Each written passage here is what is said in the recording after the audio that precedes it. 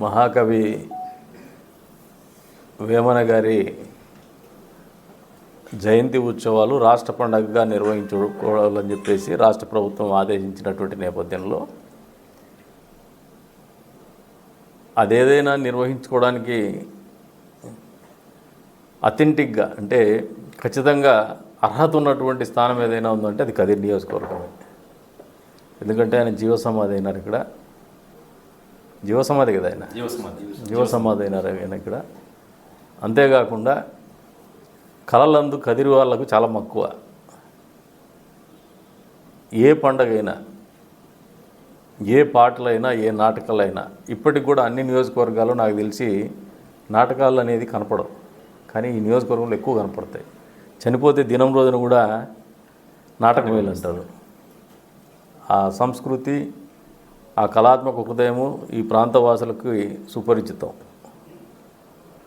అందులో భాగంగా అసలు వేమన గారి కవితను చూసినప్పుడు ఎవరికైనా కూడా ఇది నేను ఇందాక మధ్యాహ్నం మాట్లాడితే ఇలా చెప్పిన ఆర్టిఫిషియల్ ఇంటెలిజెన్స్ ఈరాలో కూడా లైఫ్లో కావాల్సినటువంటి ఫండమెంటల్స్, ప్రాథమిక సూత్రాలు ఏవైతే ఉంటాయో ఒక మనిషి పద్ధతిగా బతకడానికి, సమాజంలో గౌరవంగా బతకడానికి, సామాజిక బాధ్యతను నెరవేరుస్తూ బతకడానికి కావాల్సినటువంటి పాటించాల్సినటువంటి ప్రాథమిక సూత్రాలన్నీ కూడా, జీవన సత్యాలన్నీ కూడా ఆయన పద్యాల్లో నిరంతరం కనపడుతూనే ఉంటాయి. వాస్తవికతను ఉట్టిపడే విధంగా, దర్పణం పట్టే విధంగానే ఆయన కవితలు ఉంటాయి.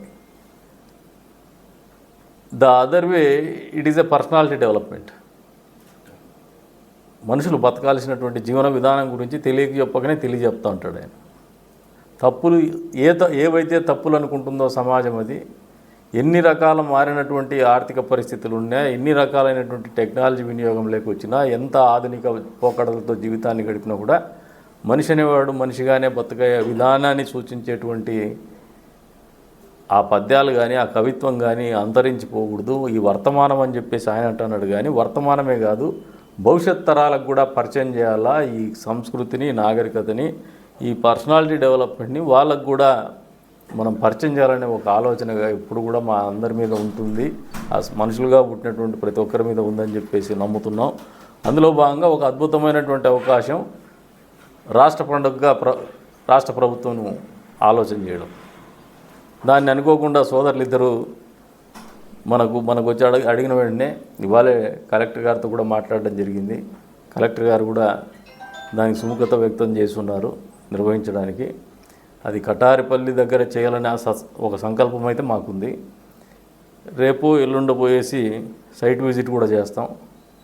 పెద్ద ఎత్తున నిర్వహించాలనే ఒక పట్టుదల మాకుంది. ఈ ప్రాంతంలో పుట్టిన ప్రతి ఒక్కరు కూడా పార్టీలకు, కులాలకు, మతాలకు అతీతంగా ఈ కార్యక్రమాన్ని విజయవంతం చేయడంలో తోడ్పాటు అందించాలని చెప్పేసి కోరుతున్నాం. తోడ్పాటు అంటే డొనేషన్లు కాదు. ఆ కార్యక్రమం జరిగే రోజున మీరందరూ ఆహ్వానితులే. మీ చిన్న బిడ్డల్ని, ఇళ్ళలో ఉన్నటువంటి బిడ్డల్ని, సంక్రాంతి పండుగ తర్వాత ఉంటుంది 19వ తారీఖు మామూలుగా అధికారికంగా నిర్వహిస్తే, ఇది సెలవులు ఉంటాయి. కాకపోతే సెలవులకు ఊర్లోకి వెళ్ళిపోకుండా సంక్రాంతి మన ఊర్లలోనే, మన గ్రామాల్లోనే జరుపుకొని 19వ తారీఖు జరిగే కార్యక్రమానికి మీ బిడ్డల్ని తీసుకొని వచ్చేసి ఆ బిడ్డలకి ఈ కార్యక్రమంలో భాగస్వామ్యం ఇవ్వండి. ఆ బిడ్డలు వినే విధంగా మీరు అవకాశాన్ని కల్పించండి. తద్వారా భావితరాలు కూడా జీవన విధానంలో మన సంస్కృతి, మన ఆలోచన, సగటు మనిషి ఏ రకంగా నిబద్ధతతో బతకాలా, నిజాయితీతో బతకాలనే ఒక ఆలోచన, సమాజం పట్ల ఏ రకమైనటువంటి స్పృహతో ఉండాలనే ఆలోచనని పరిచయం చేయడానికి వేదికని వాడుకోవాలా. తద్వారా ఈ ప్రాంతానికి ఒక విశిష్టతని, ఒక గుర్తింపుని తెచ్చినటువంటి వేమన గారి చరిత్రని దేశం నలుమూలలా చాటి చెప్పల్లా. అంతేకాకుండా మనం ఒక ప్రయత్నం చేస్తున్నాం. ఈ నియోజకవర్గంలో ఒక టూరిజం సర్క్యూట్ అనేది ఎస్టాబ్లిష్ చేసుకోవాలని ఒక కృత సంకల్పంతో పోతున్నాం. దానికి అనుగుణంగానే మా అడుగులు ఉన్నాయి. వచ్చిన ప్రతి అవకాశాన్ని వినియోగించుకోవాలని మాకు ఒక పట్టుదల ఉంది. మిమ్మల్ని కోరేదల్లా ఒకటే, మాకు వచ్చే లాభం రాజకీయం ఆపేక్షించి చేయడంలో మేము ఈ ప్రాంత అభివృద్ధి కోసం ఆలోచన చేస్తూ ఉండేది.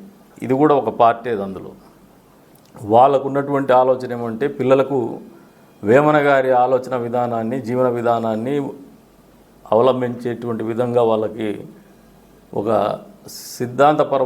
సైద్ధాంతపరమైనటువంటి ఆలోచన చొప్పించాలనే ఒక ప్రయత్నం, భావి తరాలకు కూడా ఆయన పరిచయం చేయాలనే ఒక ప్రయత్నం వాళ్ళు చేస్తున్నారు.